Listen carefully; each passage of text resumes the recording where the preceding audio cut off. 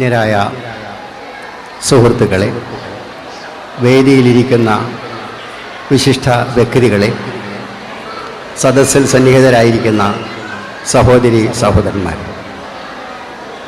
അണ്ടത്തോടൻ കുടുംബത്തിൻ്റെ ഒരു കുടുംബ സംഗമം ഇവിടെ വെച്ച് നടക്കുന്നു എന്നറിയിച്ചപ്പോൾ എനിക്ക് വളരെയധികം സന്തോഷമുണ്ടായി.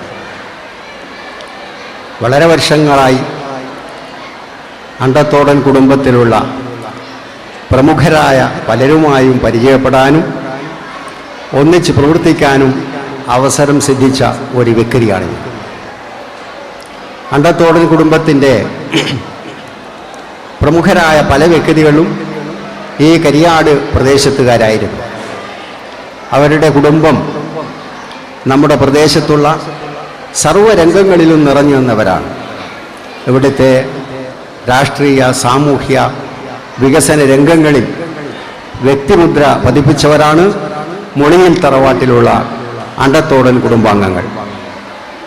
അങ്ങനെയുള്ള ഒരു മഹത്തരമായ കുടുംബത്തിൻ്റെ ഒരു സംഗമം, ശരിക്കു പറഞ്ഞാൽ ഇതൊരു കുടുംബ സംഗമമല്ല, ഇതൊരു കുടുംബമേളയാണ്. സംഗമം എന്ന വാക്കിനെയെല്ലാം ഇത് അതിജീവിച്ചു കഴിഞ്ഞു. സംഗമം ഞാൻ ധാരാളം പങ്കെടുത്തിട്ടുണ്ട്, കുറേ ആളുകളൊക്കെ വന്നു ചേരുന്നു. പക്ഷേ ഇത് ഓഡിറ്റോറിയം നിറഞ്ഞു കവിഞ്ഞ് വരാന്തയിലും മുറ്റത്തും പല പ്രദേശങ്ങളിൽ കൂടി ആളുകൾ കൂടി നിൽക്കുകയാണ്. അതുകൊണ്ട് ഞാനിതിനെ ഒരു കുടുംബമേള എന്നാണ് വിശേഷിപ്പിക്കുന്നത്. ഈ മേളയിൽ നിങ്ങളോടൊപ്പം സംബന്ധിക്കാൻ സാധിച്ചത് ഈശ്വരാനുഗ്രഹം കൊണ്ടാണെന്ന് ഞാൻ കരുതുന്നു. ഇവിടെ നടക്കുന്നത് പെൻഷനേഴ്സിൻ്റെ, അതായത് സർവീസിൽ നിന്ന് വിരമിച്ച പ്രായമുള്ള ആളുകളുടെ ഒരു കൂട്ടായ്മയാണ് ഇപ്പോൾ നടക്കുന്നത്. പക്ഷേ എൻ്റെ മുമ്പിലിരിക്കുന്നത് പലരും അങ്ങനെ പ്രായമില്ലാത്ത ആളുകളാണ്. വേദിയിലും കാഴ്ചക്ക് വലിയ പ്രായം തോന്നുന്നവരില്ല. ഒരുപക്ഷെ ഞാനായിരിക്കും ഈ സംഗമത്തിലെ ഏറ്റവും പ്രായം കൂടിയ ആൾ എന്ന് ഞാൻ വിചാരിക്കുന്നു. നേരത്തെ സ്വാഗത പ്രാസംഗികൻ പറഞ്ഞു, സർവീസിൽ നിന്ന് വിരമിക്കുക എന്ന് പറഞ്ഞാൽ സർക്കാർ ഉദ്യോഗത്തിൽ നിന്ന് വിരമിച്ച് പെൻഷൻ പറ്റിയവരെന്നല്ല, സേവന പ്രവർത്തനങ്ങളിൽ ഇടപെട്ട് ഇരിക്കുന്നവരെയാണ് എന്ന്. അങ്ങനെയാണെങ്കിൽ സേവനത്തിൽ നിന്ന് ഒരു കാലത്തും വിരമിക്കുക സാധ്യമല്ല. ഉദ്യോഗത്തിൽ നിന്ന് വിരമിക്കാം, സേവനത്തിൽ നിന്ന് വിരമിക്കാൻ സാധ്യമല്ല. ഉദ്യോഗസ്ഥന്മാർക്ക് പെൻഷൻ ഉണ്ടാവാം, പക്ഷേ സേവകന്മാർക്ക് പെൻഷൻ ഉണ്ടാവില്ല. അവരുടെ പെൻഷൻ സമൂഹത്തിൻ്റെ ക്ഷേമമാണ്, സമൂഹത്തിൻ്റെ സന്തോഷമാണ്, സമൂഹത്തിൻ്റെ ഐക്യമാണ്. നേരത്തെ ഇവിടെ പ്രസംഗിച്ച പലരും പറയുകയുണ്ടായി കുടുംബത്തിൻ്റെ മാഹാത്മ്യത്തെക്കുറിച്ച്. ഒരു കുടുംബം എന്ന് പറയുന്നത് ഒരു സംസ്കാരത്തിൻ്റെ ആരംഭമാണ്. ഒരു കുടുംബത്തിലുള്ള വ്യക്തിയെക്കുറിച്ച് നമ്മൾ പറയാറുണ്ട്, അയാൾക്കൊരു കുടുംബ മഹിമയുണ്ട്, കുലീനത്വമുണ്ടെന്നൊക്കെ പറയാറുണ്ട്. എന്താണ് ഈ കുലീനത്വം എന്ന് പറയുന്നത്? ഉന്നതമായൊരു സംസ്കാരമുള്ള വീട്ടിലും തറവാട്ടിലും ജനിച്ചു വളർന്നതിൻ്റെ ഒരു സാംസ്കാരികമായ തനിമ അദ്ദേഹം കാണിക്കും. ഈ കുട്ടി എവിടുന്ന് വരുന്നതാണെന്ന് ചോദിച്ചാൽ നമുക്ക് മനസ്സിലാക്കാൻ സാധിക്കും, ഇന്നേ കുടുംബത്തിൽ നിന്ന് വരുന്നതാണ്. അപ്പോൾ ഇതുപോലുള്ള കുടുംബങ്ങൾ നമ്മുടെ നാട്ടിൽ ധാരാളം ഉണ്ടായിരുന്നു. ധാരാളം സാംസ്കാരിക പാരമ്പര്യമുള്ള, പൊതുജനങ്ങളുമായി ധാരാളം ഇടപഴകുന്ന, പലതരത്തിലുള്ള സംഭാവനകൾ മനുഷ്യ സമൂഹത്തിന് നൽകിയ കുടുംബങ്ങൾ ഈ രാജ്യത്ത് ധാരാളമുണ്ട്.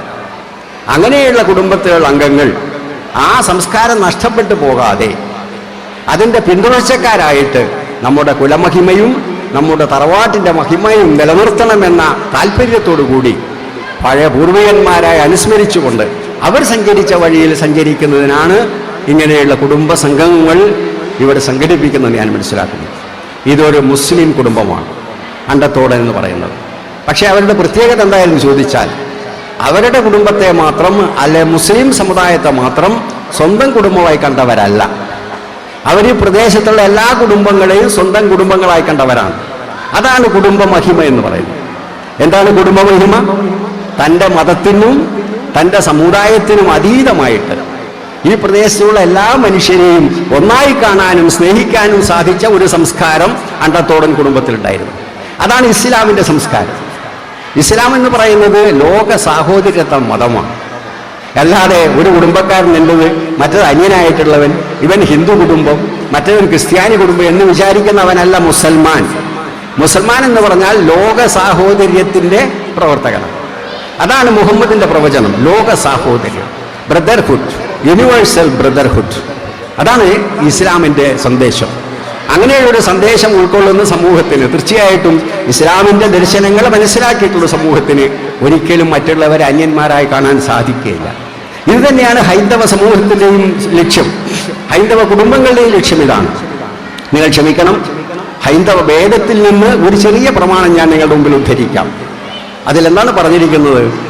അയം നിജ പരോവേദി ഗണന ലഘുചേതസ ഉദാരചരിതാനാം ഹി വസുധൈവ കുടുംബകം. അയം നിജ, ഇവരൊക്കെ എൻ്റെ ആളുകളാണ്. പരോവേദി, മറ്റുള്ളവരാരോ അന്യന്മാരാണ്. ഇതെൻ്റെ മതസ്ഥന്മാരാണ്, ഇതെൻ്റെ പാർട്ടിക്കാരനാണ്, ഇതെൻ്റെ സമുദായക്കാരനാണ്, ഇതെൻ്റെ നാട്ടുകാരനാണ്, ഇതിൻ്റെ രാജ്യക്കാരനാണ് എന്ന് വിചാരിക്കുന്നവർ അയം നിജ പരോവേദി, മറ്റുള്ളവർ അന്യന്മാരാണ്, അവർ ഞാനുമായിട്ട് എന്ത് ബന്ധം? ഇങ്ങനെ വിചാരിക്കുന്നവരെ കുറിച്ച് വേദം പറയുന്നത് ഗണന ലഘുചേതസ, അവരല്പബുദ്ധികളാണ്, അവർ വളരെ സങ്കുചിത ഹൃദയമുള്ളവരാണ്, അല്പന്മാരാണെന്നർത്ഥം. അതായത് യാതൊരു വികാസവും സിദ്ധിച്ചിട്ടില്ലാത്തവരാണ്. എന്നാലോ മഹാന്മാരായിട്ട് അവൾ എന്ത് വിചാരിക്കുന്നു?